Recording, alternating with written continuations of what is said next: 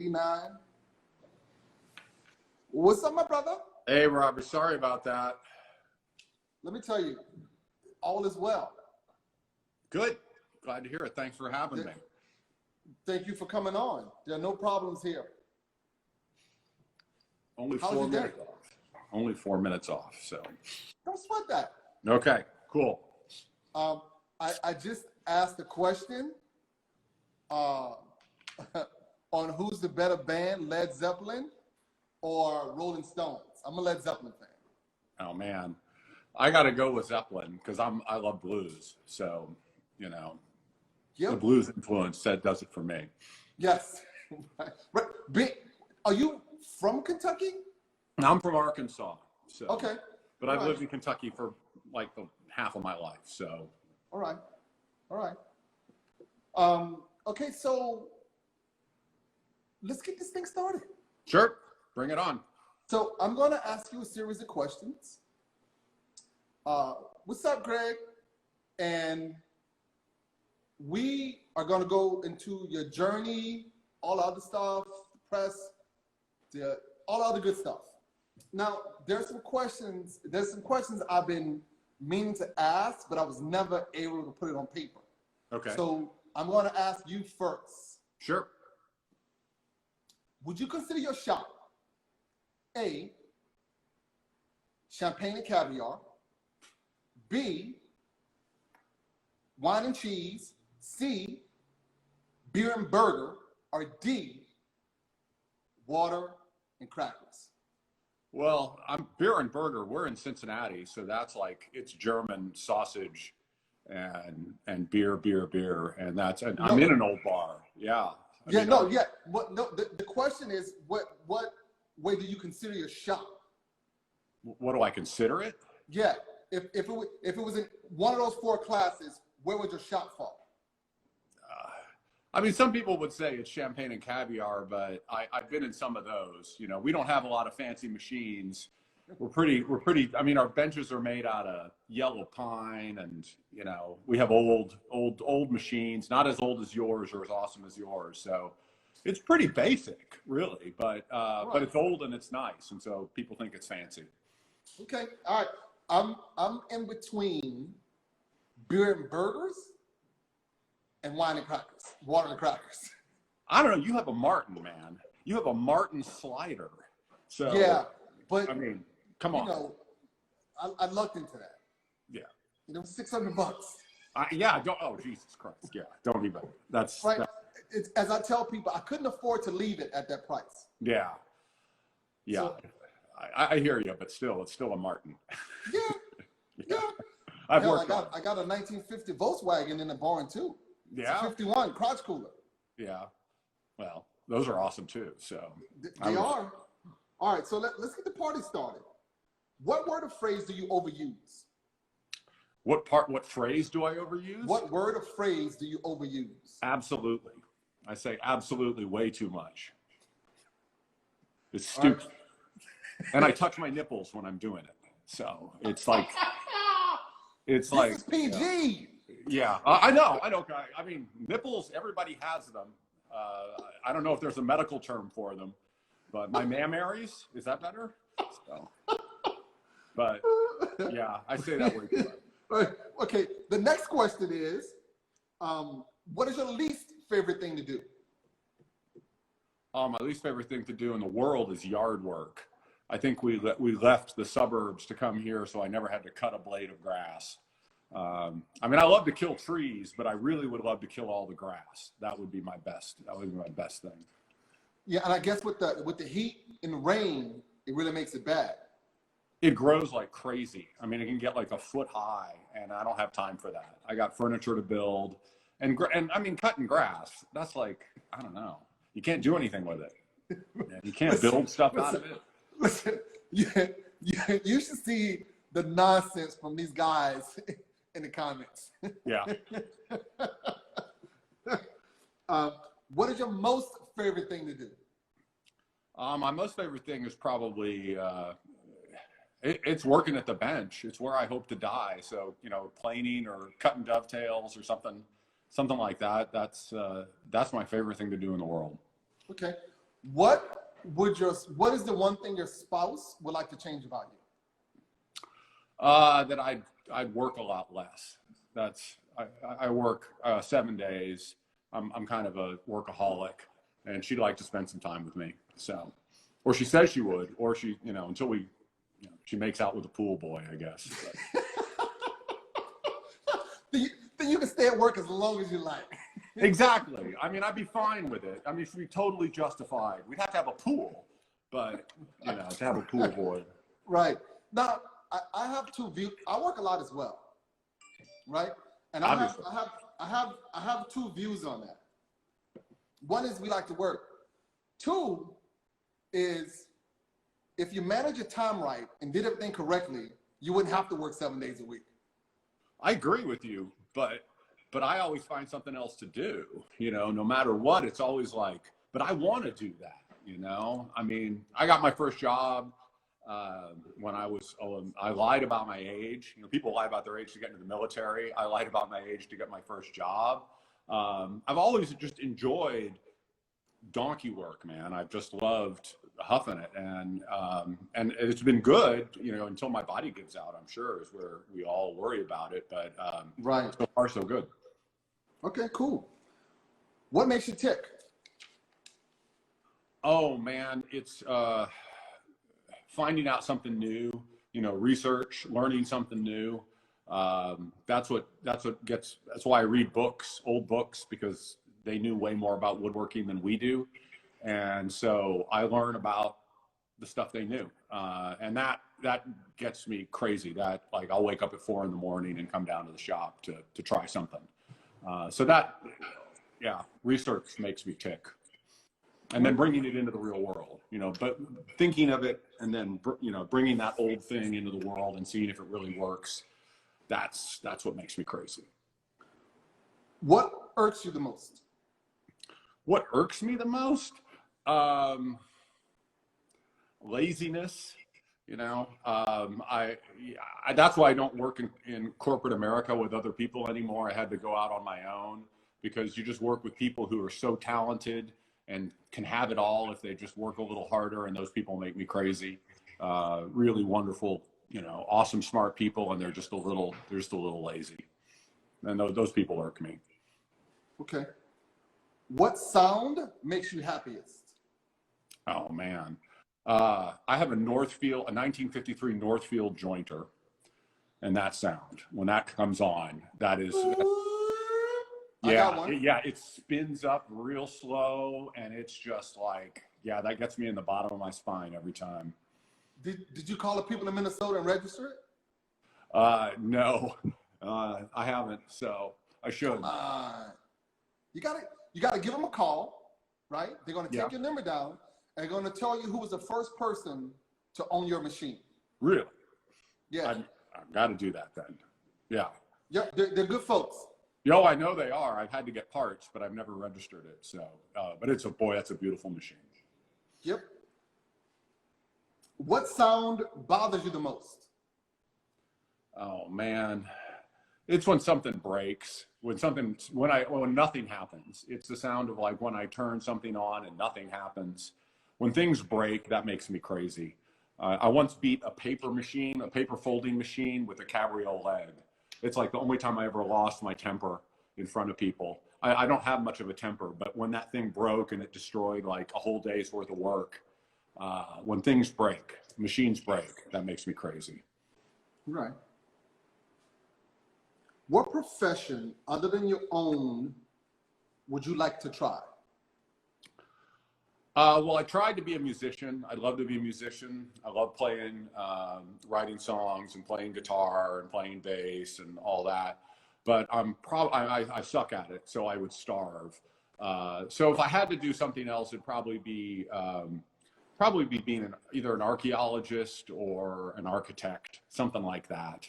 If I could make it. I don't know if I'd make it at either of those, but those two things, building stuff and discovering old stuff, that still kind of fits in with my head. Right. What would you want on your tombstone as you die at your workbench? Yeah, exactly. I want my tombstone to be like workbench shaped or something, and you know, and usable for people who come visit me, you know, so they can like, take a piece of, maybe carve a spoon while they're at my, you know, that's all. That's pretty cool. Yeah, I've always loved, there are all these old tombstones of craftsmen that were shaped like workbenches or would have their tools carved in stone. I've always thought something that would be cool, you know, to do, but I don't know if I'll be able to afford a tombstone, so. Yes, that's a whole nother thing. Yeah. What is it about your personality that drives your business? Is that I don't stop, you know, I'm never, I never stop. I keep going. Even when I'm told I should stop and I'm told I shouldn't do something, I'm just going to keep at it. And even when, you know, we started a publishing company in 2007, you know, right in the middle of this recession, which is, everybody said that's the dumbest thing. You shouldn't leave your corporate job and start a publishing company with books about woodworking. I mean, when everybody else is digital and internet. And, but I just was like, well, I want to do it and I'm going to do it even if I'm just pig-headed. I'm going to do it if no matter what. And so that personality trait, as much as it makes other people around me crazy, it served the business well, I think. Okay. All right. I just want you to know, T. Curtis is giving you a hard time. He says he's going to go to your grave and he's going to play with his nipples. That would be awesome, man. I hope you put that on the internet. And as long as he plays with his nipples. I mean, I think if he plays with mine, that's like disturbing a corpse. And I know T. Curtis, I know Travis, and I know what he did for a living before, and he knows the law about dead people. And messing with dead bodies is not, that's serious, Travis. What is it about your personality that hinders your business? I could probably make a lot more money if I were like more salesy, you know, if I were if I could be more like a used car salesman or, you know, or charge more or all those things. If I could charge what I probably should charge, I should charge more, but I don't. And why? Because I don't need, there's only so much money I need in this world. And that's a personality defect, maybe, or maybe not. But like my wife and I, we don't have any debt and we live in a very cheap place. And so we don't really need a lot to live and be comfortable. And we're not like people who, I don't want a Mercedes Benz. I'm happy with a Toyota Tacoma and I'm fine. And so, you know, now that I have what I want and I live where I want and I do what I want every day, as long as that's satisfied, then, you know, I'm fine. And so, you know, we kind of lower prices. I don't make as much money on commissions and books. Listen, I got to do this, the comments in the process. Sure, go for it. Greg Pennington asked about nipples. Yes, Greg, he likes to play with his nipples. Yeah, you want to see them? No. Okay. I mean, that's PG. So I don't have 3. I've only got 2. So it's not weird.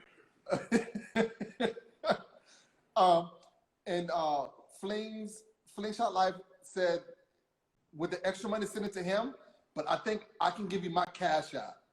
Charge what you're supposed to charge because it messes everybody else up. And with the extra money, you can send it. You can cash out us. I was going to put it all in Bitcoin. So, you know, that seems really smart. You know, send it to Elon Musk and he'll send it back to me, you know, 3 times more. But yeah. You'll flip it. Yeah. We end up investing it, you know, like, and, you know, it's, you get better machines or you buy, you know, better bindings for the books, or you try to pay your authors more, you know, you can put it back into it and then you get to do something cooler in the end. But I mean, money's important. You have to have enough of it.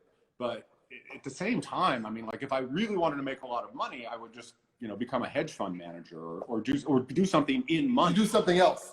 Yeah, do something that is in the money business. If you want to get rich in woodworking, yeah, I don't know. It ain't happening. Yeah, it's not happening. Okay. Who would you travel cross country with on a motorcycle? Who would I do what on a motorcycle? Who would you travel? Oh, Excuse my southern accent. no, I hear you. You have like a Louisiana accent, so. Yeah. So yeah, I grew up in Arkansas, so I heard a lot of that. No, it's okay. Who would I cross country with on a motorcycle? Yep. Oh man, it'd have to be I know this is going to be a boring answer, but my business partner, because my business partner rides motorcycles. He has an Indian, and he's the safest guy ever. So I don't think he's ever exceeded the speed limit. So I might survive.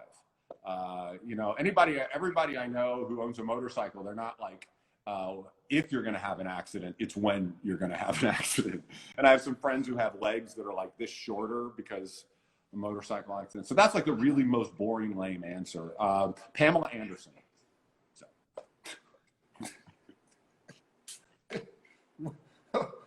Okay. I'm not going to ask. I don't know why, What was your favorite concert? Oh, my favorite concert. Oh, God. Yeah, my first one was Neil Diamond, and that wasn't my favorite. Oh, my God. That is so freaking hard. I don't know. I saw the Afghan Wigs in their last concert and that was pretty damn awesome. But I go to a lot of concerts. I've seen a lot of really amazing stuff, or small, but it's all small stuff. I mean, it's not like except for Neil Diamond. Most of the people I see are people that you go for $5 or $10 to go see them, and that's the kind of music I like. But okay, I gotta stop. Right? Yeah. I interviewed Greg. I had to pull teeth. Now he's all talk. Sorry, man. So Greg, do you want me to get off with Chris and you and I get back on? You want to talk more? All right. Ryan goes, I did Pam's floors when she was with Tommy Lee. Not as funny as you think. Yeah, that's true. The Moody Blues. Do you like blues? No, I like not the Moody Blues though. I mean, the Moody Blues is like blues and Wonder Bread. Yeah, no, I mean, I grew up in Arkansas, and I'm here in Kentucky now, and so it's a lot of bluegrass. But country blues are huge here, and so I really like roots music. So that's going to be like Blind Lemon Jefferson, early pre-blues, leading into the Carter family and stuff like that. So I really like the early stuff, Buell Kazee and those guys, but I do like the modern stuff too. All right, and Greg, I'm just giving you a hard time. When was the last time you cried? Well, it wasn't too long ago. When I finished writing the chapter from my latest book on the death of my father, 2 years ago. It's something I hadn't, and boy, this is getting really deep really quick. I'll touch my nipples very soon. But you asked. Mood breaker. I hadn't been, my dad died 2 years and 4 months ago, and I hadn't really been able to process it until I wrote it down. And it just happened to be while I was writing this chapter for this book. And I sat in bed and just bawled like a baby for about an hour. So there you go.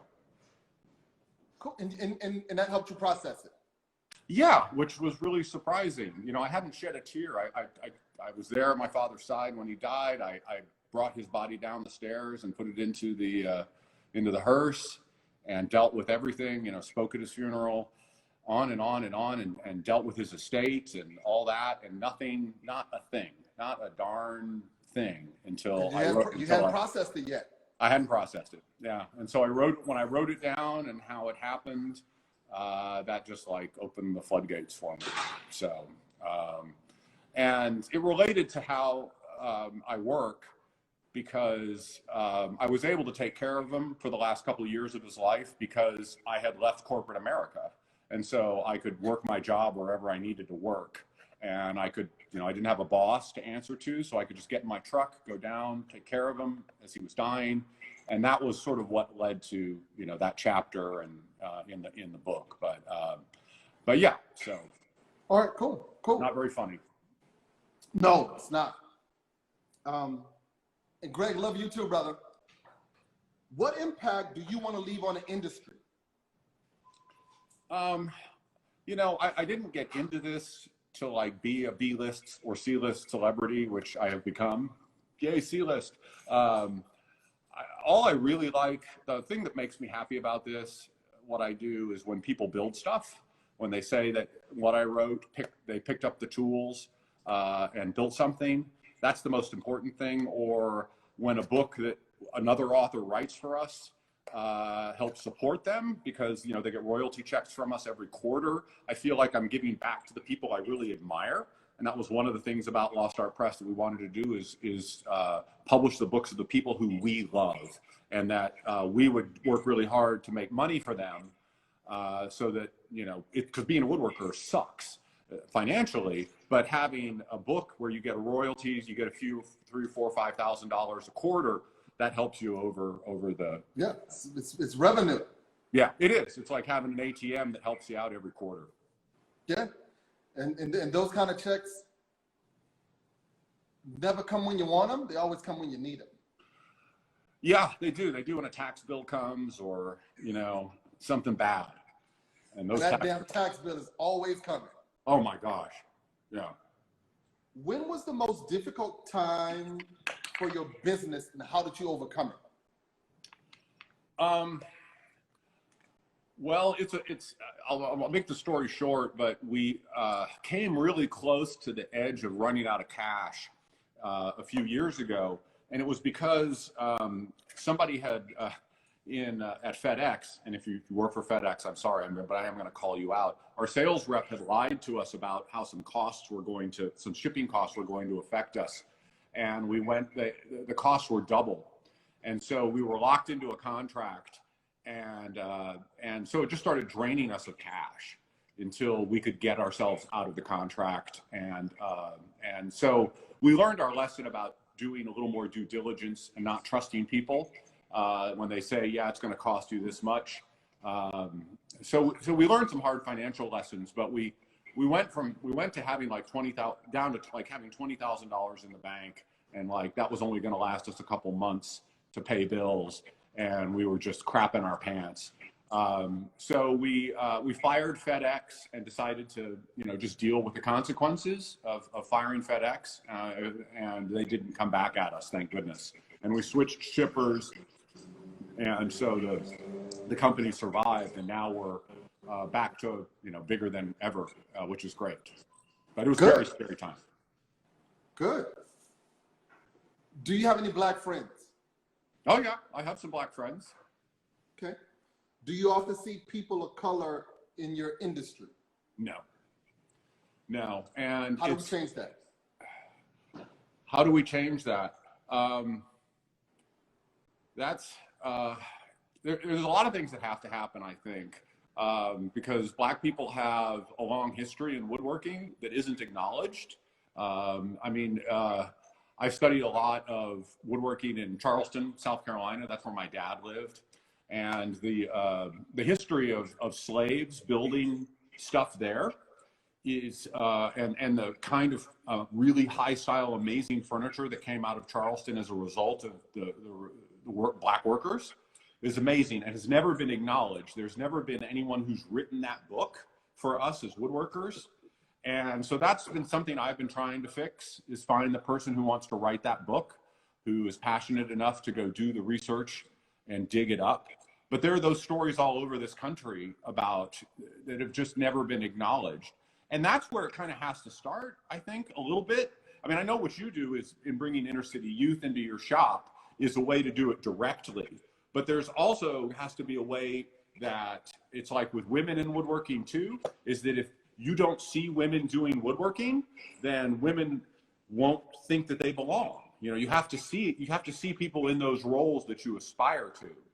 And so, you know, we as Lost Art Press have got to publish books by Black authors and that show Black people doing really amazing stuff. And that's something that we have thought about for a long time. And in light of recent events, you know, we need to double down and do it. And so I hope we can. I mean, we don't, it's not something I get out and talk about a lot because words are just wind. You know, where for us, what it is getting it done. And so that's what we've been doing, is trying to figure that out and get it done. And that's our small part. We don't have any employees, so I couldn't hire, you know, it's not that I could hire people, but but I can make their stories known. Right. Now, What do you think? I think what you said is correct. There's a lot of different ways to go to it.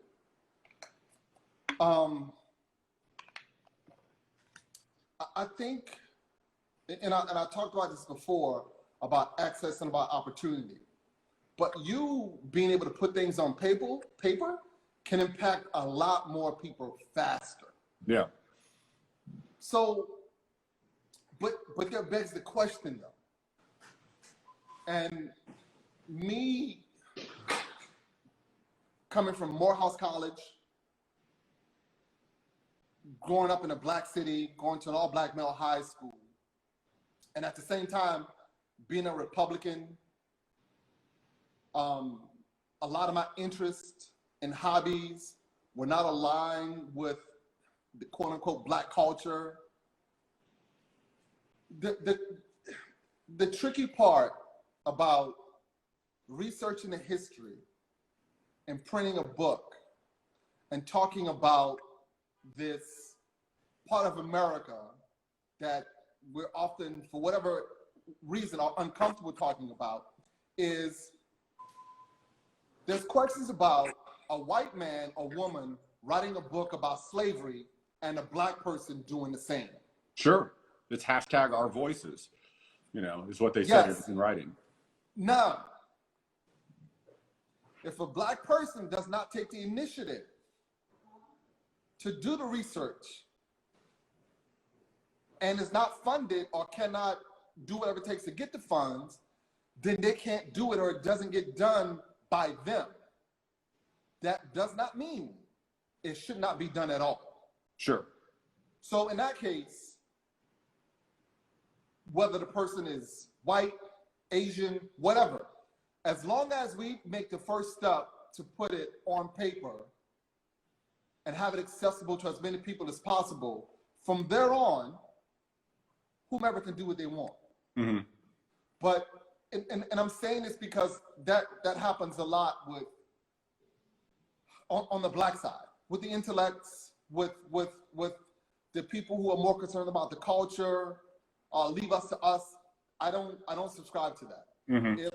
If anyone, whomever it is, can gather the information, tell a story correctly, then it doesn't matter where it comes from. Mm-hmm. Yeah. So I think that's important. But I think also it's to get more people in the industry, it has to be with training, giving people a chance. It's really funding and patience and knowledge, people knowing that it's available. Yeah. I mean, you have a lot of brothers and sisters doing, you know, UPS jobs, FedEx jobs, when they don't really know that there's another way. Factory jobs that people have been doing for years. Yeah. And because of it's being passed down to them, or someone else is telling them about it, they don't venture off. Yeah, I mean, like, I don't think a lot of people at all know that woodworking is a viable profession, no matter, you know, what race you are. I mean, there's not shop classes in any school now, except for really wealthy schools. And Yes. So, you know, it's, you know, I wouldn't have even thought of it as a profession. You know, growing up in Arkansas, we had shop class, but I didn't know that's something you could do for a living. Well, I mean, for how many of us is this a second or third profession? Yeah. Yeah. That we found out after we went to school, got in debt, and we're working a job we didn't like. Yeah. Yeah. And this is an alternative. So, and also, I guess with the same, would have to be an alternative equivalent to people of color. But there's training, there's interest. It's, you know, Greg said education is right. a story told is better than a story untold, 100%. So I think that if there can be any grants, and I think Hunter Rose is working on something like this as we talk about this.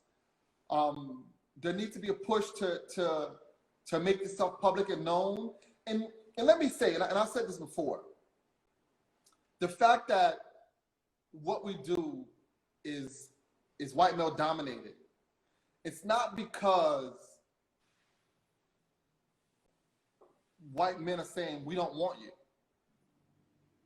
No one is just, I think, at any point really made an effort to say, hey, wait a minute, let's bring in more black people, let's bring in more women. It's just, you just do your thing. Yeah.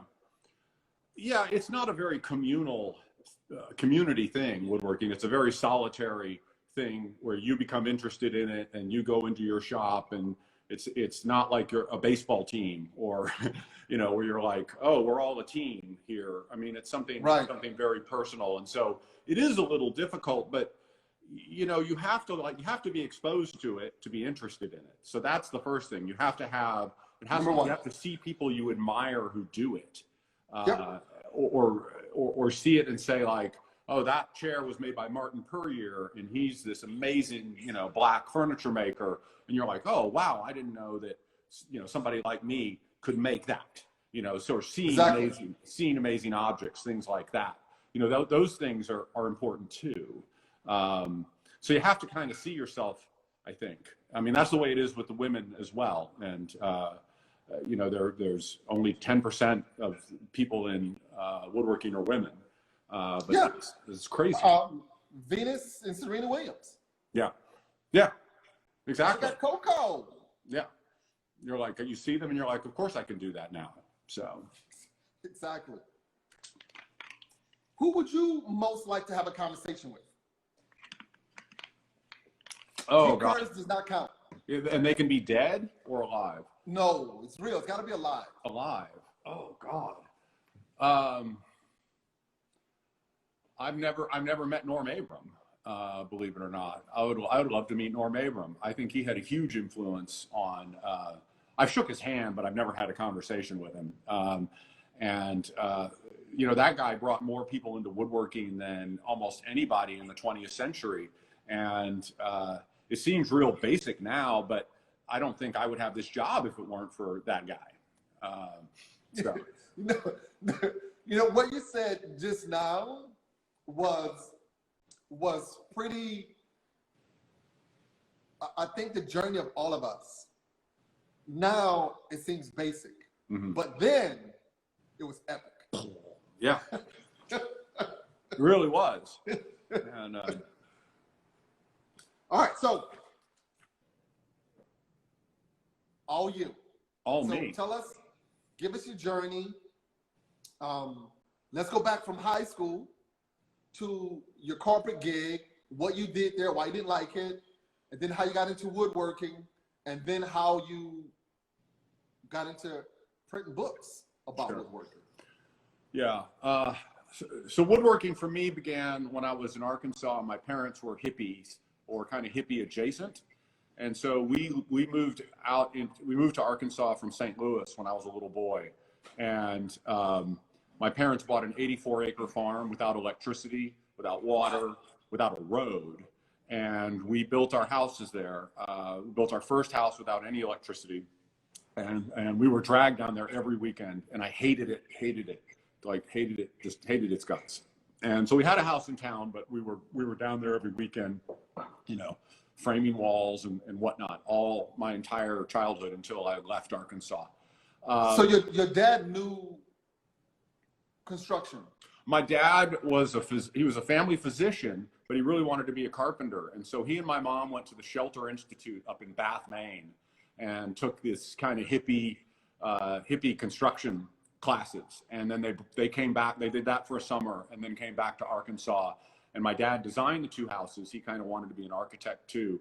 And we built them from the ground up. The first one we made with like reclaimed wood. So the posts that it sat on were telephone poles that we had scavenged from the side of the road.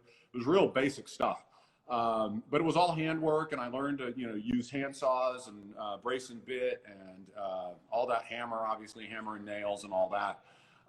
But I wanted to leave that all behind. I decided, I really wanted to be a writer, become a journalist, a newspaper journalist, and work in a city and all that. And so I left for Chicago and left Arkansas the minute I could.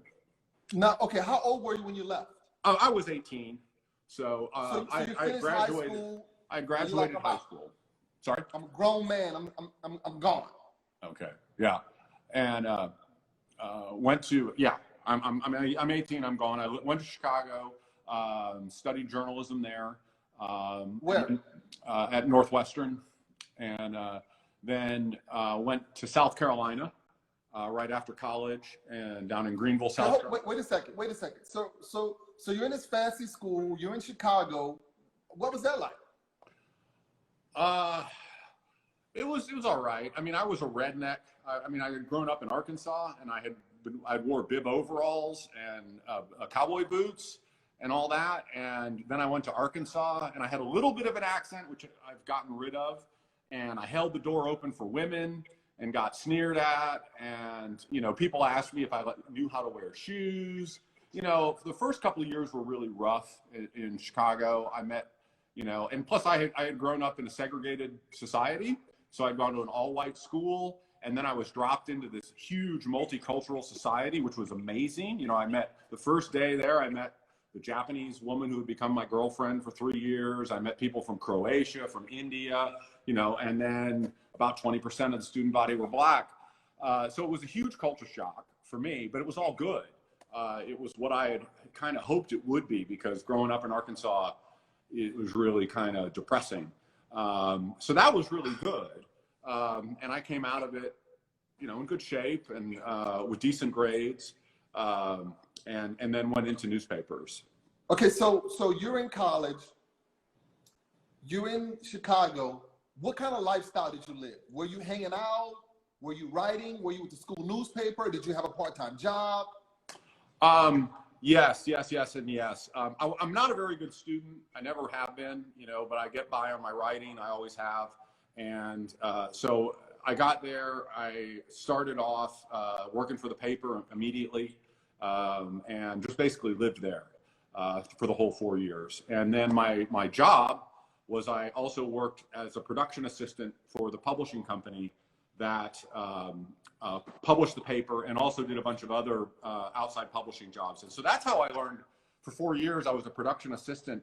That's actually how I learned a lot about the book publishing industry, which helped. I didn't know that was going to help me, but that Right? education was huge. It was really blue collar work. I was working till 2 a.m, laying out stuff with tape, and working in a back shop with a bunch of people who had never graduated high school even. But that production work, now that all came back to roost when I started my publishing company. I was like, oh yeah, I know how to buy paper. I know what paperweights are. I know what paper coatings are, and I know what bindings are. And so, so all that, college, I learned a lot about writing, but I also learned a lot about, publishing, but that was kind of inadvertent. Right. It's a good question. And that's why I wanted to kind of get a little bit into that more. Sure. Yeah, no, that's a good question. I don't think I've ever been asked that before. So after college, you move. Okay, this Japanese lady. What happened with that? Did you take her home? Like to your parents take her home. Oh, yeah, I did. And that's a funny story. So I didn't marry her, but her name was Akari Yamada, and she's a very nice woman. And I took her home to Arkansas once, and she met my grandmother, and my grandmother refused to call her anything but Atari Yamaha, which was just like, I was like, I know why. That's the kind of weird racist crap. That's why I asked if you took her home. Yeah. Oh, yeah. Yeah, well, that was the only time I took her home, you know. Because to your grandmother, Black, Japanese, Chinese, Indian, it's all the same. Yeah, it's all the other, you know, like, what are you doing?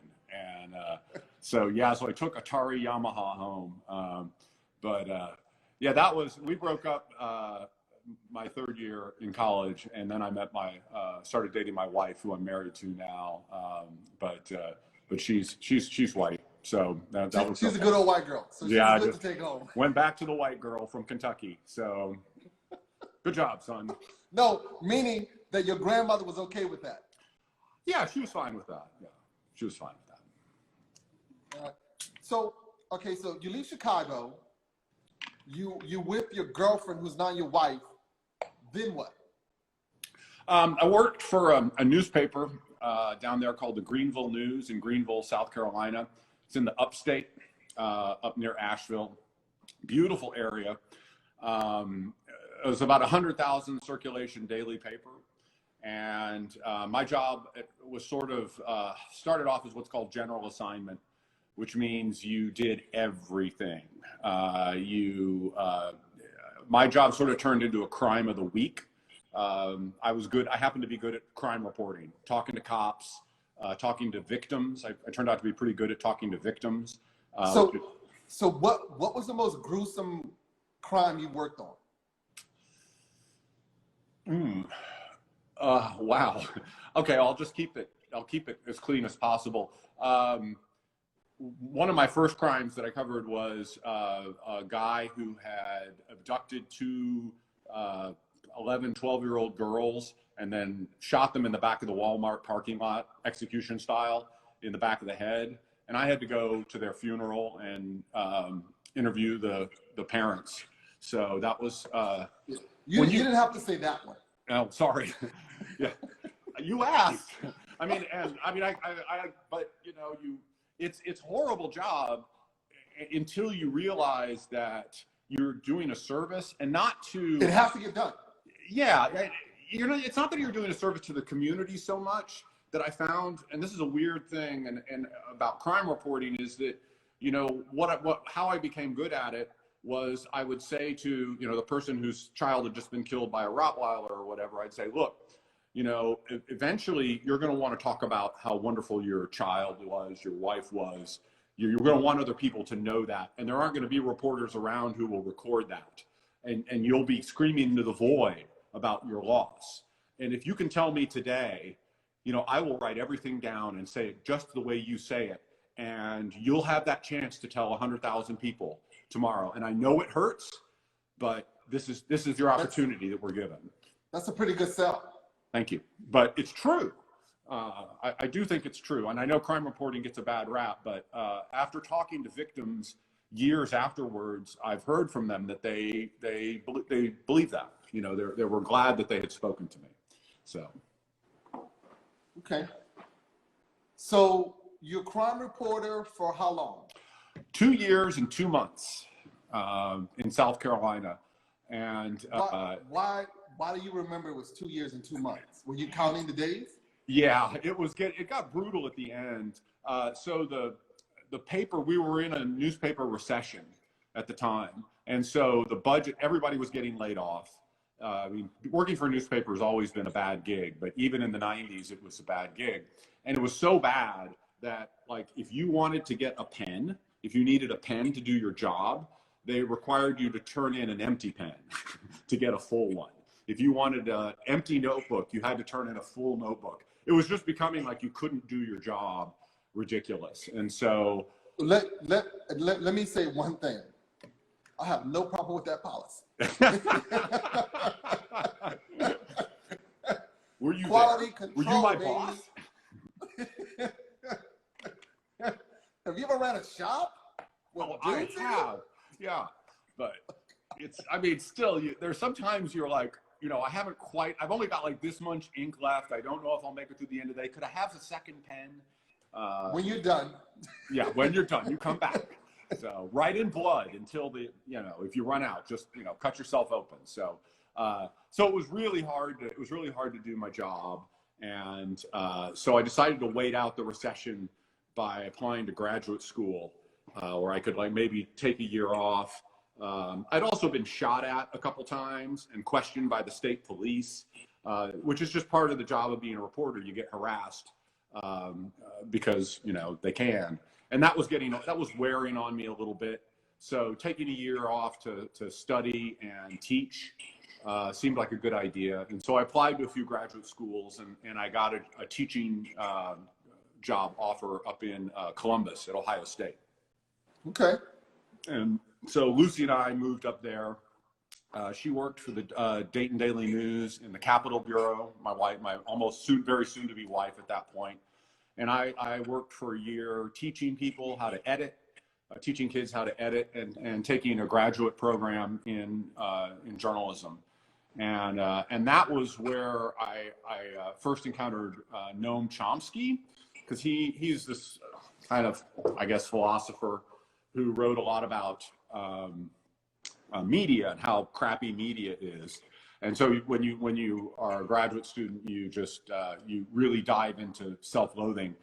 And so I learned about Noam Chomsky, and that's where I sort of became an anarchist. And I started, you know, having anarchist tendencies when I kind of realized that I wasn't really into the corporate, you know, the corporate control of media and a lot of other aspects of our lives.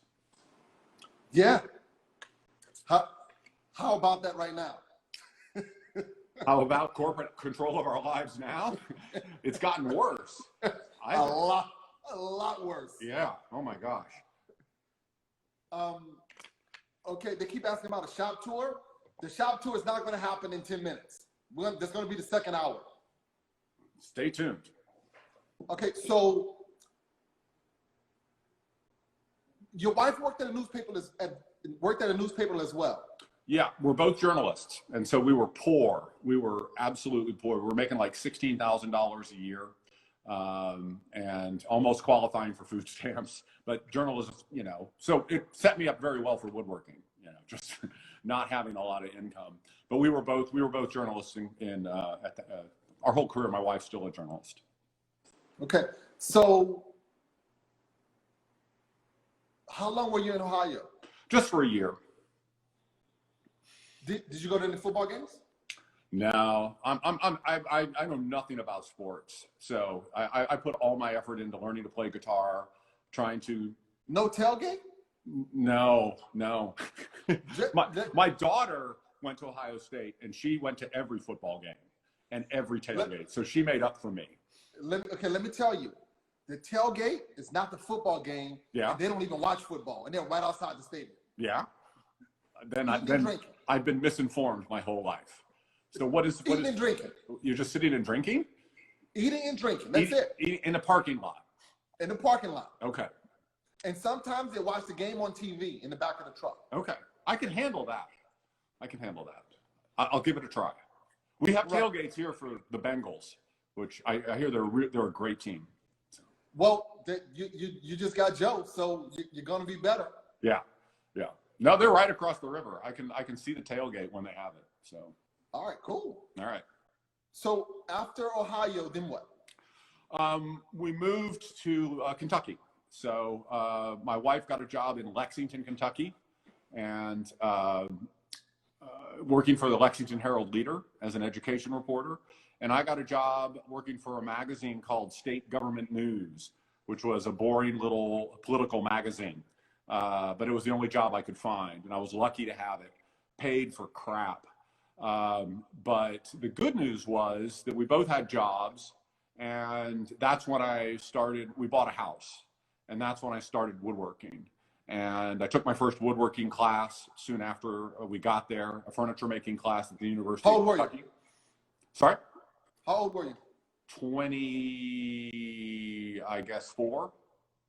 Okay. And that's when it really lit the fire under my butt that I wanted to get back into woodworking. And because I had a bench and I had done all this carpentry work in Arkansas, but I realized it was kind of in my blood. And working on our house, I started building furniture for our house. I had my grandfather's tools. My grandfather had died, and I had inherited all of his hand tools and his machines and his bench. And I set them up on the back porch in Kentucky and just started making furniture like crazy. So were you making it for a living or just making it for the house? No, I was making it for a living. I fantasized about making it for a living because I was always afraid of getting fired as a journalist because, you know, it's always going to happen. You're going to be fired. So I was always like, well, maybe I can do this for a living, so I better get good. And so I went and took a class at the University of Kentucky. I started building pieces and giving them away or trying to sell them to friends unsuccessfully. And I was trying to, you know, just trying to make my way when my wife and I had our first child. And we were like both journalists, you know, and it was very tough to have a child who's 1 year old or 0 years old. And we were working too hard, and we were like, we've got to find a way to move closer to where my wife is from. So she has family. She's Catholic. So she has like 50 cousins, and all her family is up here where we are now. So we said, we got to move up to northern Kentucky. We got to move near Cincinnati. And we decided that one night at the movies. And the next morning I went to the grocery store and picked up the newspaper. And right there was this little classified ad for Popular Woodworking magazine. It's come be a managing editor. And, you know, you have to know some furniture work and you have to be a journalist. And I was like, oh my gosh, this is a message from someone.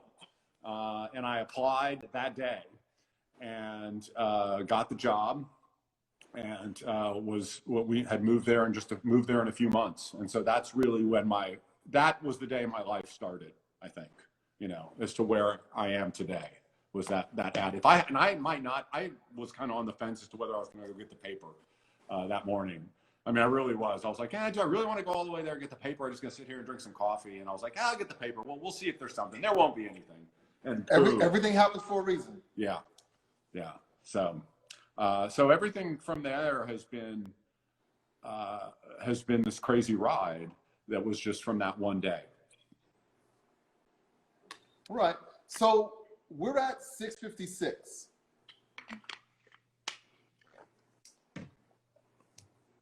Yep. At 7:04. When I joined, 4 minutes late, you reminding me. You doofus from Kentucky. Okay, keep going. Okay. So I got this low-level job. It was an entry-level job. Okay, wait a second. Yeah. Greg says he'd buy a Northern Kentucky chair. He'd buy a Northern Kentucky chair? Well, yes. I don't know what that means. So, I mean, you know, Northern Kentucky chair, like a Bengals plastic seat or something. So, Greg, you'll have to be more specific. But we'll see some of my chairs. I guess those are Northern Kentucky chairs. Yes. Yeah, we're gonna do the whole deal. Okay. Okay. So you get this starter job. Yeah.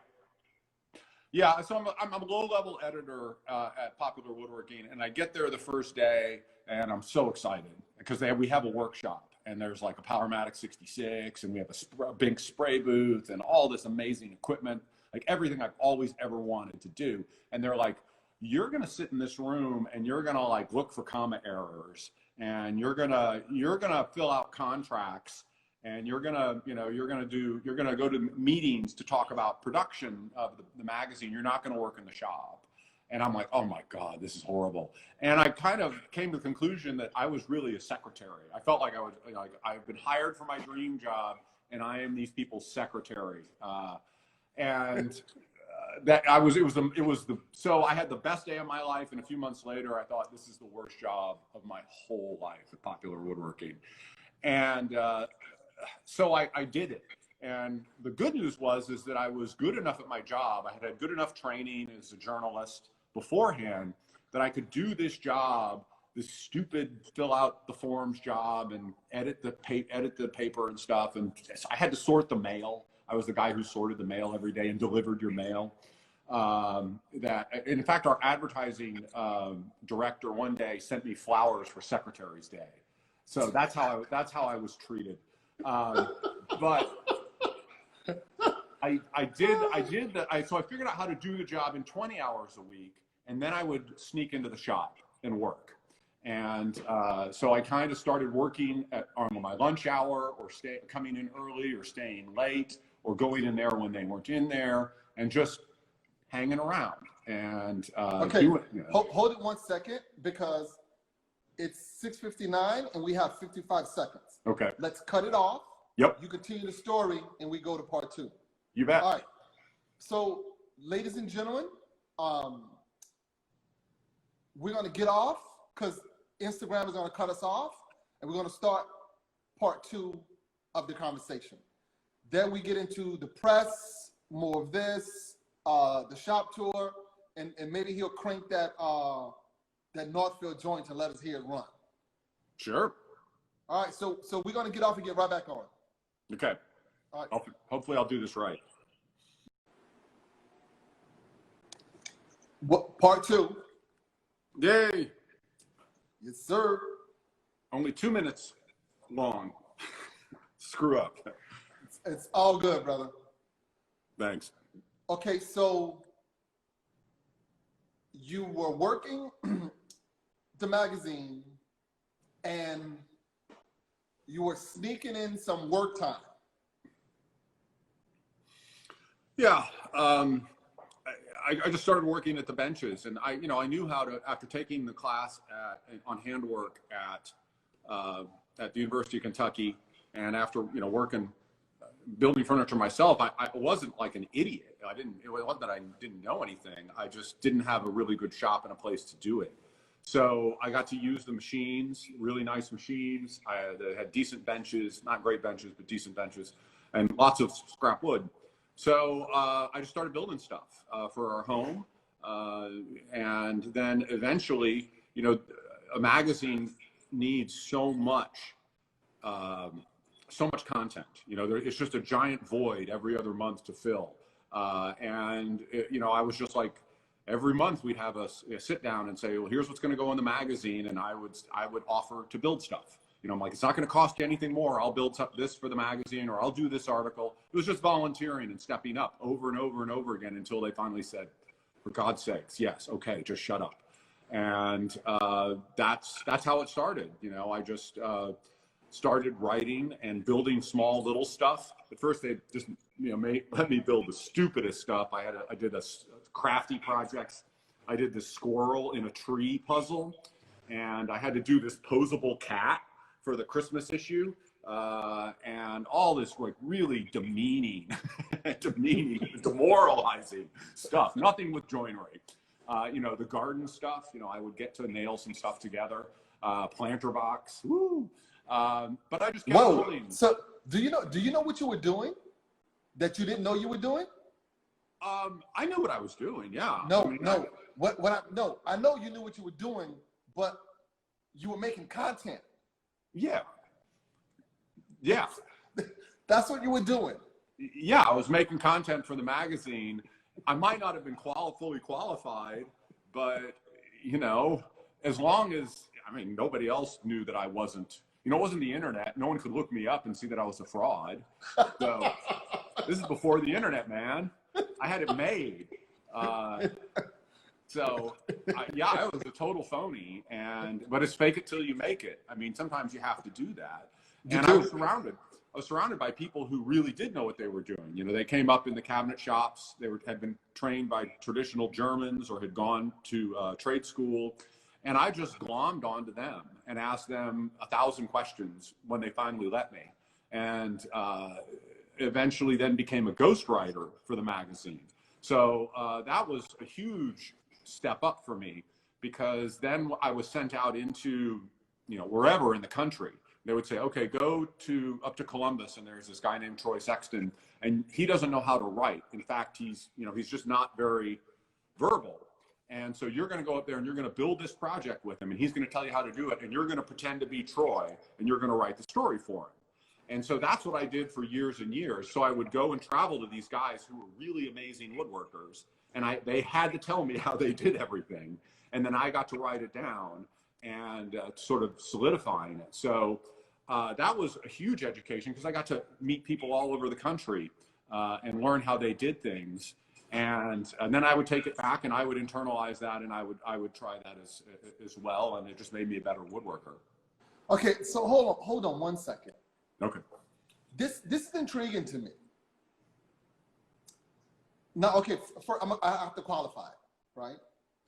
I was in special ed from 3rd to the 9th grade. Okay. School was very hard for me. Sure.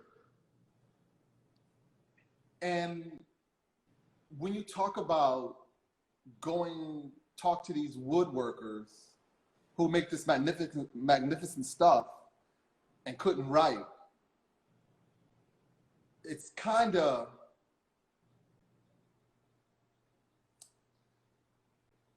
I find it,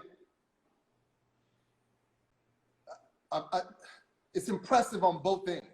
Mm-hmm. That these guys who've done this, who make this amazing stuff, get paid lots of money for it, can't write to you what they did and just send it to you. Yeah. You have to go in and go through the whole process and then write it for them in their voice. Yep. And no one knew that when you were doing it, you were a fraud, knowing that they know that you were writing this and not this guy. Yeah, exactly. So it's fraud on all, it's all fraud. It's all a shell game or whatever. But you're right. It is like, so the smartest guys I have ever met in woodworking I would say are functionally illiterate, you know, but they are so good at it. Their head for spatial relationships is their mind works in just a different way. It's not a different way. Yeah, they're geniuses, but they're just not geniuses in the system that's set up where you have to, you know, take this test and do this and do that. They're geniuses in a much different way. And so, now, okay, let's pause. Oh, sorry, go ahead. No, I apologize. I want to pause you for a second, right? Now, let me tell you the intriguing thing about that. As we spoke about before, right? Had they had a better tan, their life would have been a little bit different. True. Yeah. But it doesn't take away their greatness. I'm just making a point because we're talking about the social issues and the racial issues in this country, and access and opportunity. But I think that your ability to do that and relate to these people is pretty amazing as well. Because some people would not have been as insightful as you were to know that, okay, there are two things going on here. One, they do this great, and two, they can't do this, and I have to do it for them. Mm-hmm. Yeah, I mean, I love these guys. I mean, I you know, they could teach me more than anybody else could, and you can see that very readily, you know, and that they might be genius teachers too, but they just really aren't. They can't spell. You know, they don't care. Right, never had to. Yeah, they don't have to. They don't have to spell a word to build a highboy, and recognizing that is good, and it was also gratifying because, you know, I could make them look good. Because I can listen to them, I can write in their voice. I mean, that's a skill you learn, is to write in other people's voices. And so it sounds like them. So I didn't make them sound stupid. I didn't make them sound like somebody else. And that takes compassion. Yeah, it made them sound like they, you know, oh yeah, that's what Troy sounds like when he talks. And so yeah, it's totally possible that he could have written this. And for some of the ghostwriting that you do, it's also that the author doesn't have the confidence yet to write. And so usually after, with some of them, they might have a college education or a high school education.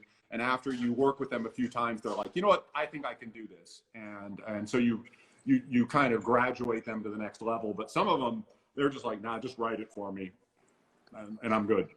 Right. I don't want to be bothered. Yeah, I'd rather make furniture than worry about comma splices, and subjunctive mood. So. Right. Okay, so how long did you do that? Well, I did that. I was at Popular Woodworking full time for 16 years, and worked my way up gradually up the chain, and just kept writing. And I wanted to try to find a place in the magazine that I was special. I mean special. I don't know. That's a weird word, but I wanted to find a specialty. That this is something that I could write about. And I knew a lot about handwork just because of the training on the farm. I was very comfortable. I came in there being able to hand cut dovetails and mortise and sharpen and do all those basic things. There was no one on the staff who was really interested in handwork.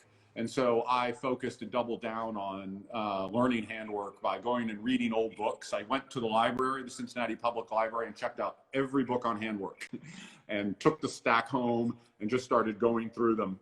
And then looked in the back where those books came from, and read the bibliography and went and got those books, or found them through interlibrary loan, and just kept going and going and going. And so I did that. I started taking classes. So I took a chair making class about 2003. With who? My first chair making class, because I was really interested in Welsh stick chairs, which is what I build now. And I was on a long, 2 or 3 year journey to find someone to teach me to build these chairs, because it was, nobody in the United States builds these stupid chairs. And but I finally somebody in the wilderness up in Canada, and I went up there for a week and learned to build these chairs. And I went with this guy. Sorry, go ahead. His name? His name was Dave Fleming. So he was a former school teacher who became a chair maker, and he doesn't teach anymore, but he consults with Lee Valley Tools on tools. So a lot of their chair making tools came out of Dave Fleming's ideas. But he had this unpowered workshop in Cobden, Ontario, out in the middle on the wilderness. And we did everything by hand. It was where I learned to use a pole lathe. We split everything out by hand, adze, axe, steam bending, spoke shave, all that. And so we did it all. And it really, made me crazy for chair making. But the weirdest thing about the whole thing is the other guy in the class with me was this guy from Indianapolis that we had kind of met, and he agreed to go up with me, and we became friends. And that's the guy I started Lost Art Press with. So he and I have been together now since 2003. That was, so if that class hadn't happened, we might not have started Lost Art Press. So that was a real pivotal point. Not with him. Yeah. Well, the thing is, when you start a business with somebody, it's like a marriage in that, there's things that I won't do and there's things he won't do. And so I have to do these and not want to do these. If you both want to do the same thing, it's not going to work. And right. We are perfectly suited for each other. I mean, he is really good at the taxes and the business side and the forms and the QuickBooks. And I'm really good at the making books and selling them. And so if I hadn't found him, it's hard to find somebody who can do that. Because that's where most of us fail. Yeah. Oh no, the business side. Absolutely. You can be creative as heck and you can make beautiful furniture, but if you're not willing to spend X time on marketing and the books and the outreach and the email and answering this and doing that, good luck. Yeah, it becomes difficult. Okay, so after this chair class. Yeah. After chair class. After chair class, you come back. Are you still at the magazine now or no? Oh, yeah. Yeah, so I was in the magazine from 1996 to 2011. And so I was just at the beginning of my journey there. And started to become the hand tool guy, started to move up the ranks from peon to executive peon to whatever. And eventually rose to the top editor position at Pop Wood. And then I was kind of, I guess, the top dog and made other people's lives miserable. But that was where we really focused the magazine on handwork, and not just handwork, because I love machines. Obviously, I wouldn't love my Northfield. But when I started, and with Norm, there was this imbalance between handwork and machine work. And I always saw that my role, or my desire at least, was to try to rebalance it, is to handwork is a lot of fun, and there's a lot of things you can do with it that make, that if you can do both, your life is a lot easier. If you just do one, your life's hard. If you just do the other, your life's hard. But if you can do both, you can really zip through some stuff and produce some nice, crisp stuff. And so we really tried with Pop Wood for those last 10 years I was there to rebalance those scales, publish more stories like by Roy Underhill and other people who are real handwork oriented. And so that was what we did. And we started the Woodworking in America conference, and that was cool. That was in 2008, I think. And so I got to travel all over the country, all over the world. It was the best job I ever had. I was paid well. I was finally making enough money that, my wife and I were doing okay. And so that was good to be a journalist who was making good money. And, but after, just like with my first job, the business changed. And when I started, it was a family-run company owned by this family that had owned it since 1913, the Rosenthals. And it was one of those kooky family-run businesses where you couldn't curse in front of the owner's wife or you'd get fired.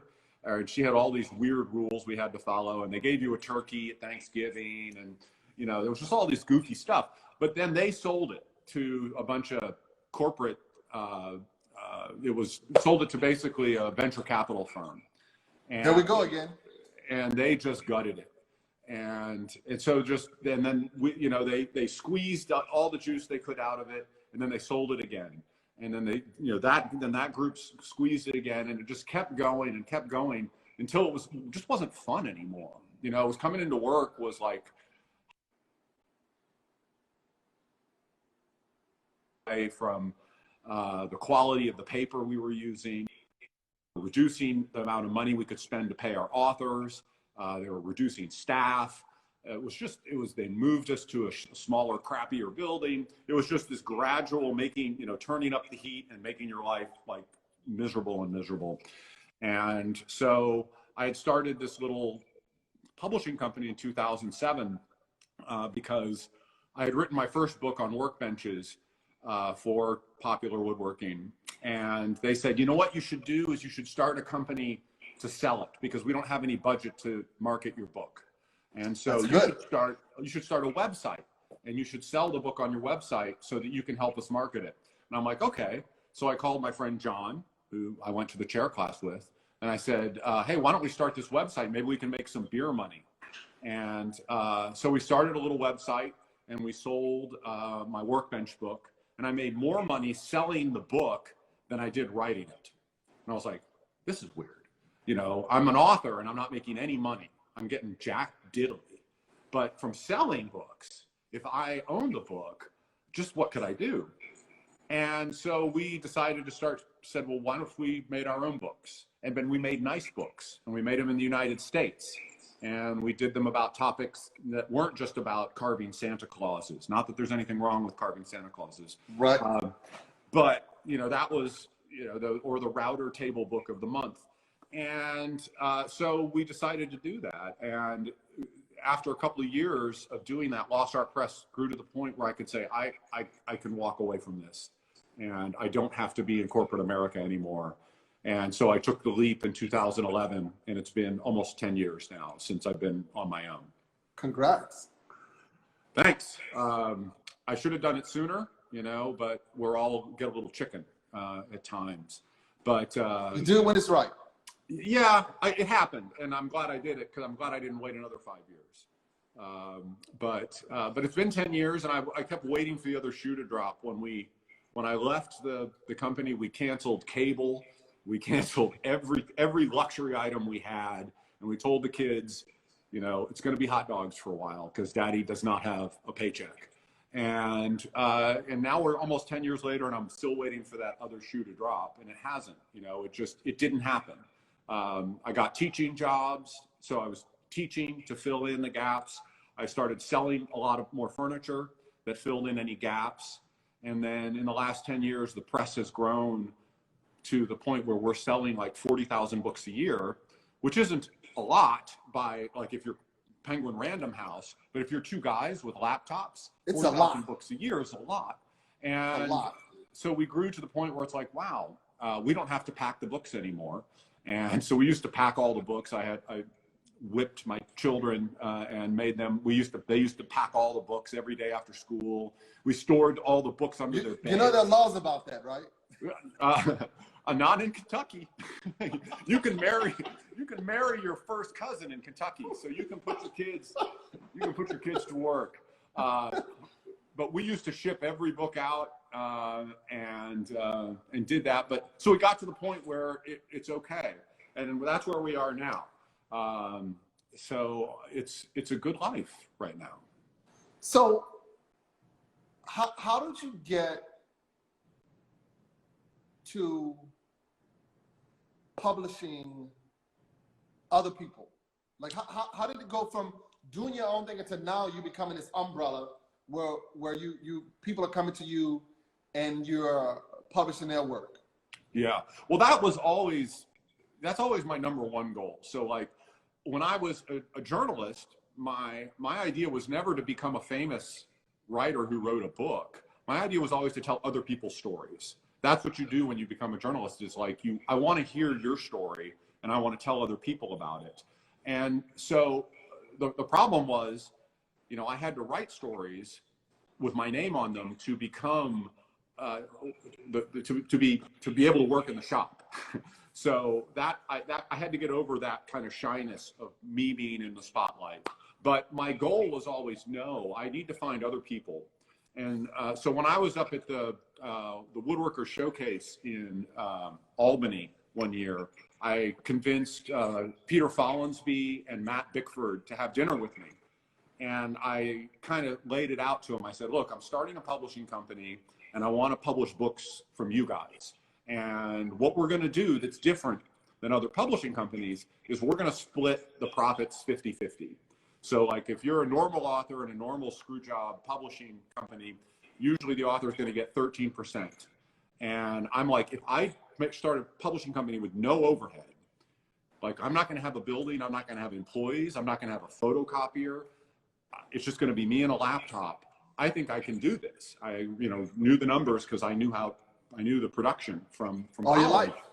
And so they said, okay, well, if you can give us 50%, yeah, let's try it. And so okay, what are the usual terms? 70-30, 60-40? More like Stephen King might get 15%. So, but you're talking about millions of dollars there, right? So 15% of $100 million is still $15 million. So he's happy no matter what. But even the best authors are never going to get more than 20% ever in a corporate publishing deal. And we just said, I think we can do this 50-50. And there are some other publishing companies who have done this, and I've read about it. Mark Twain wrote about it, actually. And that was one of the places where the idea might have lodged in my brain as a kid. And so we decided to try it, and it's worked out. So all of our authors get the same contract. Like one of our ethos is treat everybody the same. So, a lot of times in publishing, it's like, oh, well, we're going to give you, you negotiate like a used car. Oh, I want this much. I only got to talk to my sales manager. We can give you one more point and we'll give you this. And I'm like, nope, everybody gets the same contract. We split all the profits 50-50. And whether you are Roy Underhill or whether you're a new guy. And what that means is that everybody works really hard because they have skin in the game. Yep. And because they could actually make a difference to their income. Because what I figured out in working for a publishing company is that if you wrote a woodworking book, you might make $10,000 out of it, out of the whole thing. So you're going to spend 2 years of your life and you're going to get $10,000. Just go work at McDonald's. You'll make more money working at Amazon for 15 bucks an hour than you will writing a woodworking book. So we were trying to figure out a way to make it worthwhile so that people would write something that was different, you know, that wasn't just carved Santas and intarsia fish and stuff like that. That's something that took a lot of effort and heart and work. And so we were do books that are more difficult. And that was kind of the goal, because I mean, the books, you know, books weren't very good in the 90s. They were kind of lame. Okay, so you started Lost Art Press what year? 2007. 7. And we're at 2020. How many authors have you published? Probably about 24, 25, I think. We have 30 something books in our list right now. Okay. So, and are they all in stock? yes, that's the other thing we decided to do that's different. So in corporate publishing, what happens is a book has an 18-month life cycle. So you write the book, it's full price for 6 months, and then it's discounted on Amazon for 6 months, and then it's remaindered at Books A Million for 6 months. Then the book goes out of print, and you never get another penny. But what we decided to do is we said, look, we're only going to do books that need to be in print forever. You know, the books that we think can become classics and that we want to stand behind forever. So every book that we have published has stayed in print since day one, since 2007. We've not had a book go out of print yet. Every one of our authors has stuck with us. Wow. Yeah, and that's a pain in the butt. And it's very expensive to manage, 35 titles and keep their inventories right and keep everything flowing through all the different presses that we use. But that was my training. And so I get to use that and help these people that I admire. Because that's the other thing is, once again, just like at Pop Wood, I'm getting to work with people who I admire, you know, people like Peter Follansbee and Roy Underhill and these people I really looked up to. And I get to publish their books, and we get to send them checks, and hopefully they like to hear from me. All right. So, okay, so someone just asked, how did you meet Roy Underhill? Roy called me to ask me to be on the show once for some reason. I don't know how Roy got my number, but oh my gosh, it was face turned white and pants turned brown. I was so excited. I mean, it was just amazing. So yeah, I said yes.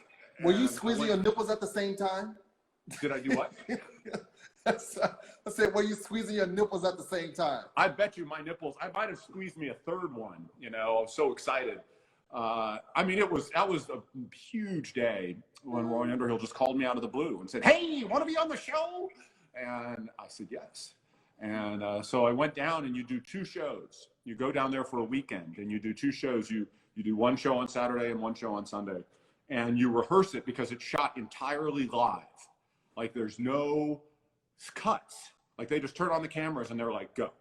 And if you mess up, they stop the cameras and you go all the way back to the beginning and you start. It's like, oh my gosh, it's really stressful. And so you start off and you rehearse it a couple times without the cameras. And Roy's like, okay, first we'll do this, then we'll do that, then we'll do this, we'll do that. And you're like, okay, I've got this. So you rehearse it again, and then they start the cameras and Roy does something completely different just to throw you off. And so the whole time you just feel like you're drunk, and you're kind of like, you're on TV and you look insane. But I did, I think 6 or 7 episodes with Roy over the years. And that was probably the highlight of my woodworking career, I think. Cool. Yeah. What do you want to do with Lost Art Press that you have not done?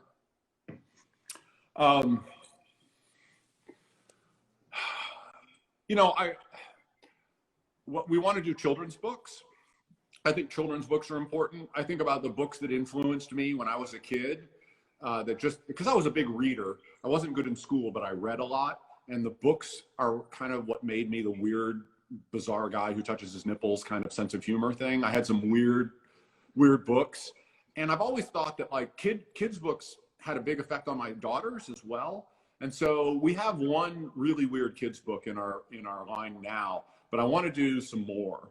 And so we're working on a couple of kids' books titles that I hope that what that will do is, you know, our readers will buy them for their kids or their grandkids, and that might spark something in these other kids. I mean, that's how books work, I think. And so that's something we want to do.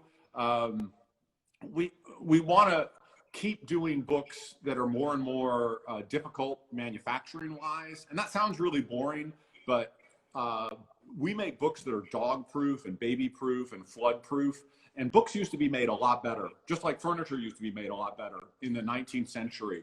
And so we've been pushing our manufacturing to make better bindings, better covers, you know, stuff like that. Listen, let me tell you something. Annie just made a very, very good point. Milk Dud would like you to publish her first woodworking book. You might be onto something.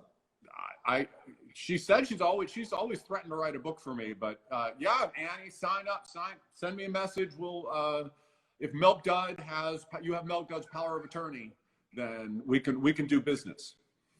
You bet. And Greg said Milk Dud nipple book. No. No. Yeah, it has to have the little nipples that you rub on the book, little rubber nipples, and goat it makes milk. a goat noise. Yeah, we can do that. So that's part of the manufacturing. So I need to figure out how to make goat nipples in a book. So that's my challenge, 2021 people. And this is water. This isn't vodka. She said, and it said she'd have Milk Dud people call your people. Yeah. On the goat phone. So how many chair making classes have you taken? I took 4 or 5 from different people, from people who taught Windsors, people who taught Welsh chairs. Okay, so let's show those people some love. Who are they? From Mike Dunbar, and he's up in New Hampshire. He doesn't teach anymore. I think once you take a class, I take a class from you, you're just like, you give it up, because it's like the craft is hopeless. If this guy is, he's terrible. And then I took 2 classes from Don Weber, he's a guy from Wales, but he's here in Kentucky now, and so I've taken classes with him. So in Kentucky or Wales? His parents were Welsh, but he was born in New York and then went back to Wales and then came. Now he's back in the United States, but he's here. He lives about He's an hour. American. Sorry? He's American. Yeah, but he has an accent. So like you.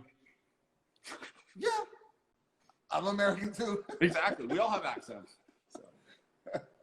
So yeah, so I took classes from them, and I've learned a lot from people like Peter Galbert. You know, I published Peter Galbert's book, Chairmaker's Notebook, which was just a great education in how Peter works and how he teaches. And, you know, so the chair making craft is filled with a bunch of people who just are very generous. And that's not always been the case. So one of the other things. Let's talk about that.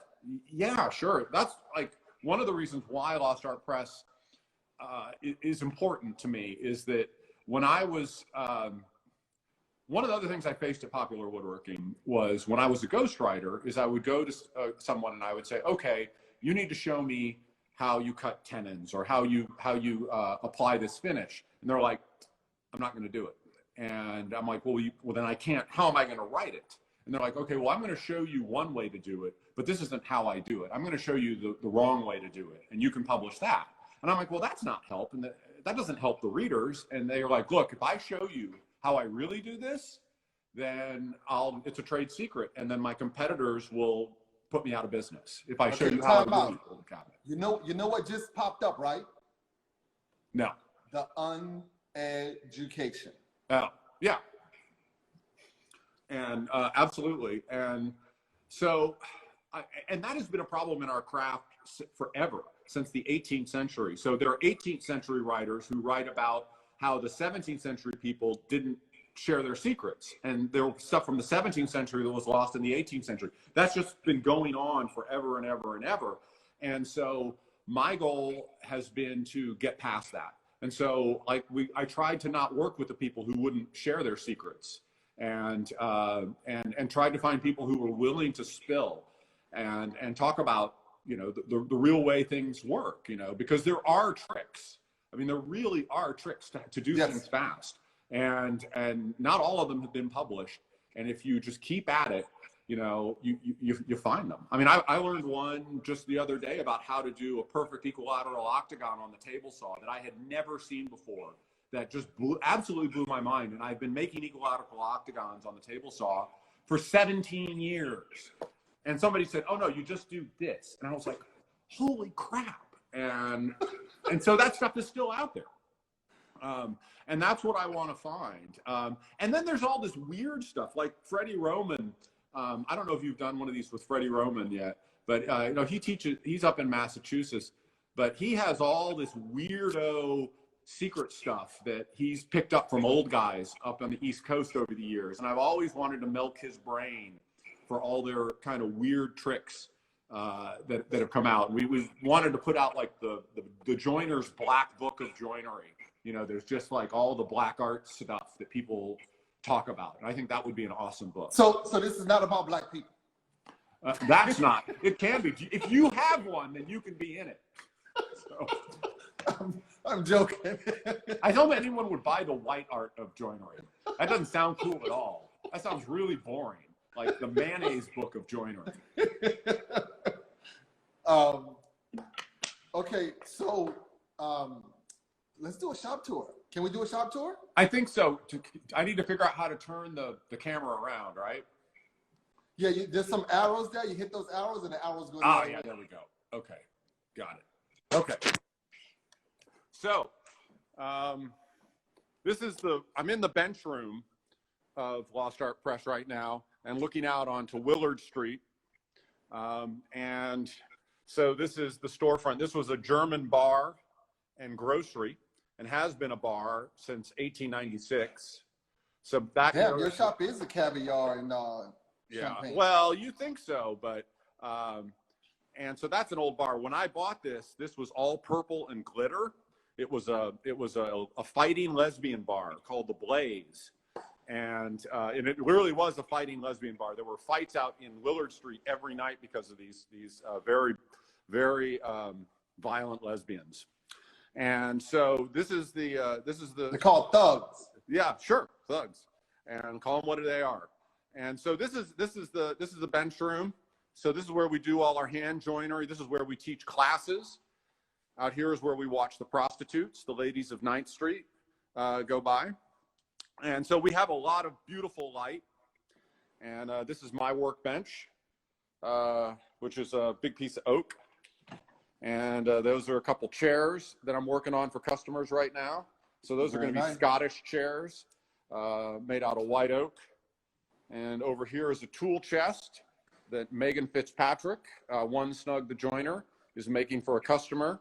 And that's got to go out in about a week or so to a guy out in Pennsylvania. So we've got a couple commissions we're working on. And so this is part of my library. This is just a small part. You'll see the rest here in a minute. But old books are really important to us. Okay, what are you said your benches are made out of yellow pine? Yeah, so most of my benches, this bench is made out of just 2x12s from the home center. So that's new yellow pine, not the good old stuff. No, the good old stuff should be used for furniture. This is just junk 2x12s. So all these benches you're seeing now are made out of pine 2x12s. We do have some over here that are this one's also pine, yellow pine from Huber Lumber and from Lowe's, but we do have a couple that are made from hardwood, like the oak one that I was looking at there. And then this is my tool chest. So this is what I work out of every day. All my What's your oldest hand tool? My oldest hand tool is my favorite hand tool. So this is it's my number 5 jack plane, which has our kind of corporate logo or one of our logos engraved on it, which is quite cool. So this is from about 1907. But I bought this from this guy who was smoking pot at a farmer's market, and he sold it to me for $12, and he was just high as a kite. And this tool, I hope to be buried with this tool.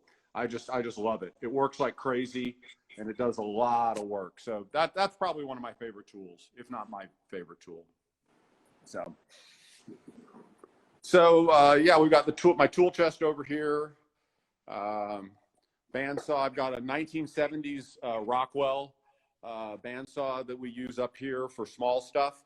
I bought this in a basement in Chicago. It is new old stock, so it had never been used. It was still apart and in the 1970s box, and so I bought it about 2000 and put it together for the first time. Sent in the warranty card too, which was hilarious. But it was this thing is awesome, and so I bought that for $200. Not as good as the $600 Martin, but okay. Wait a second. Do me one favor. Can we go back there a second? Yeah. Can we walk along that wall? Oh, sure. So these are the kind of common hand tools that we have for students, and so the other thing is behind these walls that you're seeing are bookcases. So when we open up the store for to sell books, these are lifted off of the tool walls are lifted off, and they're we turn into a bookstore. So when does it become a bookstore?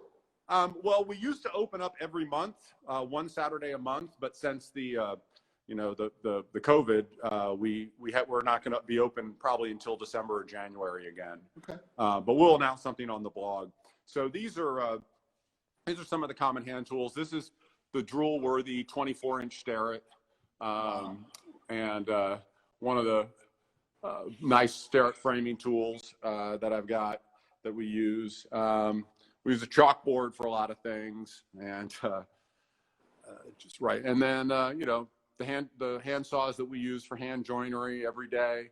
Nothing terribly crazy or exciting, but and then just little projects that are in for repair. This is a Frank Lloyd Wright print stand that I built years ago that has a little, it's broken up here, so I need to re-glue that miter, and I just haven't gotten around to it. So another tool chest that I built back in '97. That's the first tool chest I ever built. And one of the other people, Brendan Gaffney, who works here, he went to the Krenov school, and so he has all these Krenovian wooden planes, which are really cool. Yeah, he made all of those, I think. And so this is the bench where Brendan works. It's of course a mess because he's a slob.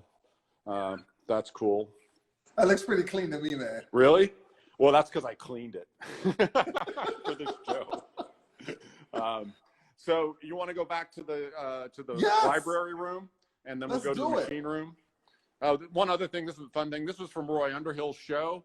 So he has a nail cabinet in the back of his show, and I built a reproduction of that we published in Popular Woodworking.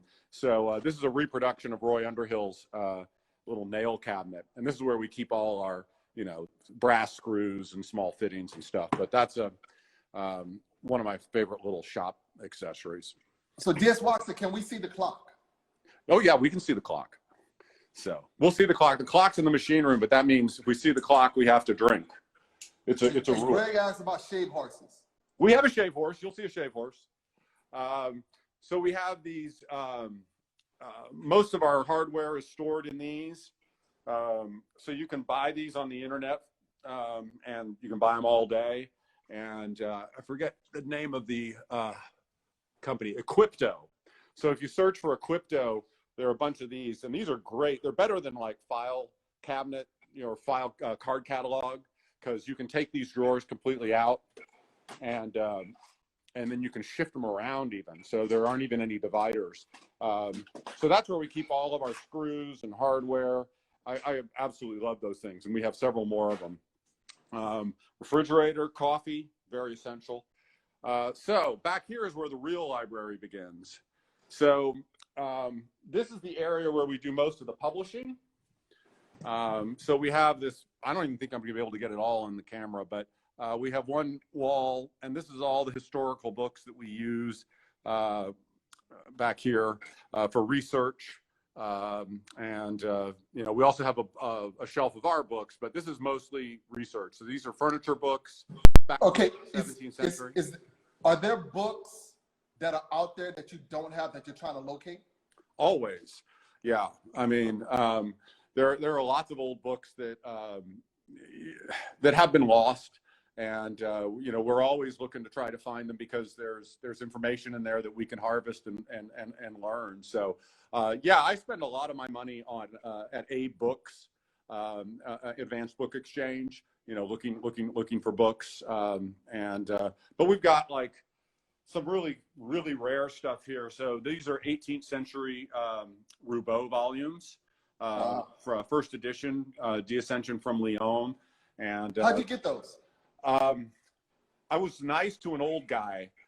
We needed them to do our reprint of Roubaud, and he was this mean reader who used to call me at Pop Wood, and he would always ask me just the jerkiest questions. And then one day he called me and he said, "Hey, I know you need these Roubaud volumes because you're doing a project where you're going to republish them." He said, "I'm dying, and I need to sell these books, and I don't want my kids to sell them for cheap, so I'm going to sell them to you." And so he sold them to me at a great price, and our project was able to go forth. Wow. May he rest. Is he still with us? I don't think so. That was probably about 10 years ago. So, we have to have the obligatory couch. This is where we do our reading. These are a bunch of holdfasts that we've made. We make some tools. So these are a crucible. So you sell those? Yep, we sell these. And so these are just from the foundry. They just got inspected. Most of them have been rejected. So we're going to probably try to sell these to customers when we reopen. How much are those?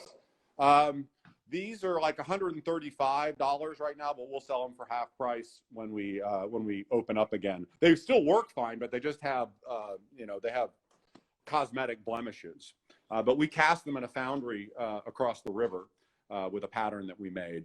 Let's see.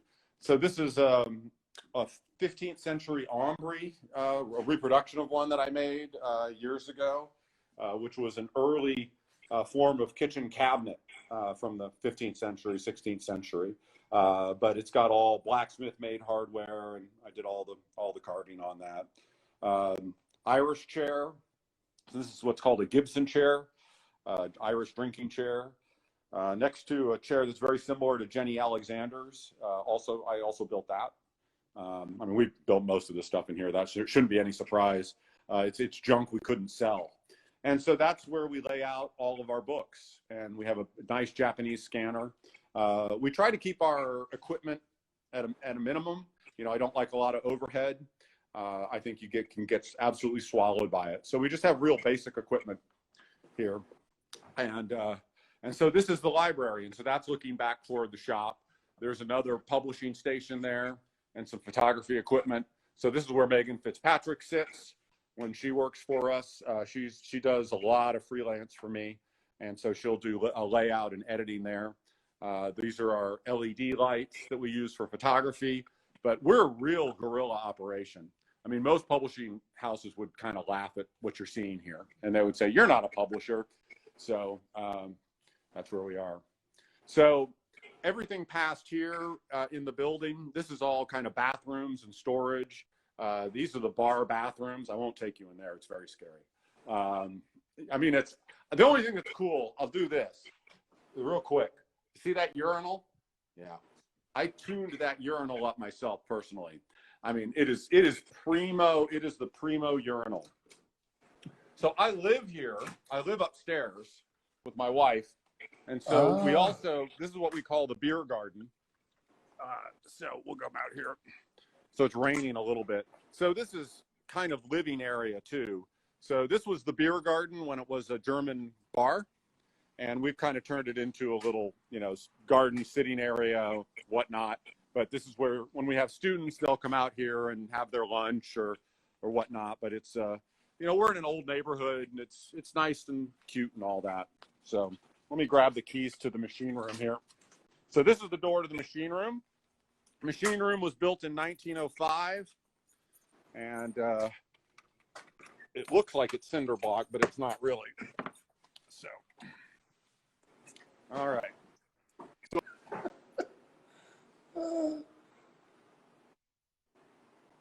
That I adore. It was restored by Jamil Abraham, and it has a Sheelix head, so it is a thing of beauty. We have a 15-inch Powermatic also with a Sheelix head, which is, you know, so these are kind of the foundation of accuracy in our shop. My grandfather's 6-inch grinder. That's what I grind every tool on still. A couple saw benches. This is our kiln and my bicycle for getting to the grocery. We live in a dense urban neighborhood, so everything's got to do double duty. So this is basically a kiln powered by light bulbs. So anytime we have, you know, steam bent wood, it goes into the kiln to get dried. Here I've got a Conover Lathe. This is one of my, I don't own this. This is a loaner on long permanent loan, but I don't know if you've heard of Conover Lathes, but these were made up in Ohio and in the 80s by Ernie Conover in Parkman, Ohio. And so it's this real old school kind of looking lathe, but with modern bearings and a modern motor. So they have these beautiful castings for the legs, and then you supply the ways. So you can make this, you can turn a ship's mast on this if you have long enough ways. You can just make it as long as you like. Got a little drum sander here. You know, that's neither here nor there. That's just for tricky, weird stuff. Saw stop, kind of real low end saw stop.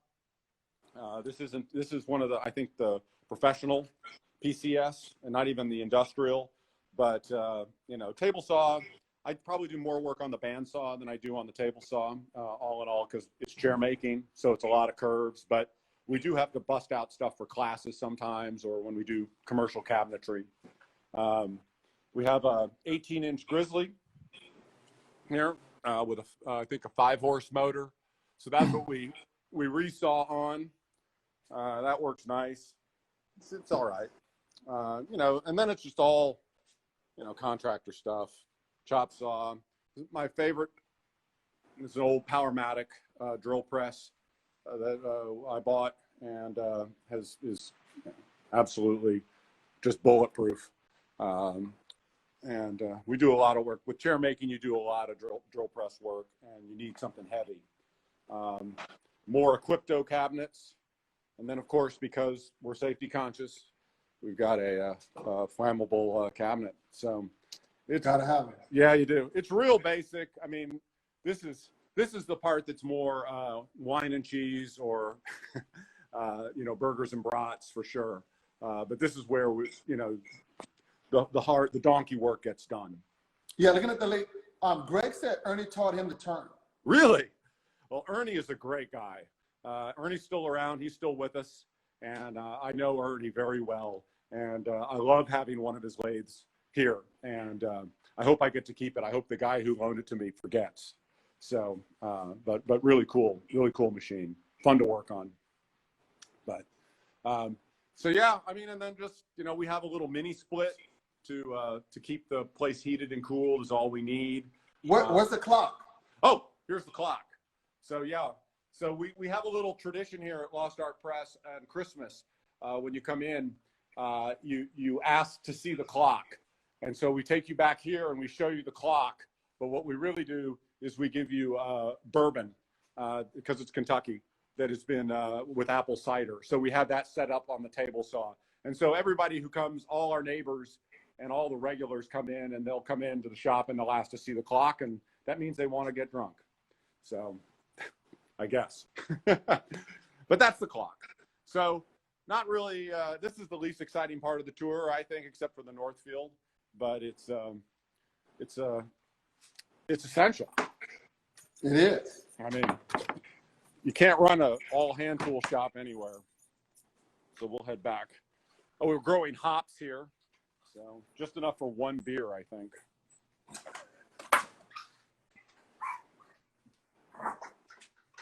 Oh, the door is that a dog? All right, sorry. And I think somewhere here we'll see Bean, the 3-legged cat. So here's our shop cat. And this is what happens when you don't have a saw stop. One of your legs gets cut off, right, Bean? So Really? No, it didn't really happen on the table saw. We don't know how it happened. We got him this way, but I just like to say, Dude, you're sick. yeah, well, he's the awesome cat. He is the friendliest of all of our cats, but he always likes to be the center of attention. How many cats do you have? We have the legal limit. My wife is a crazy cat lady, so we have 5. But Bean lives down here with me, and he will sit on you all day. He'll sit on the bench and stick his hand in stick his paw in the holes, trying to find mice. But so get a saw stop, kids. Don't end up like Bean. That's all I have to say to that.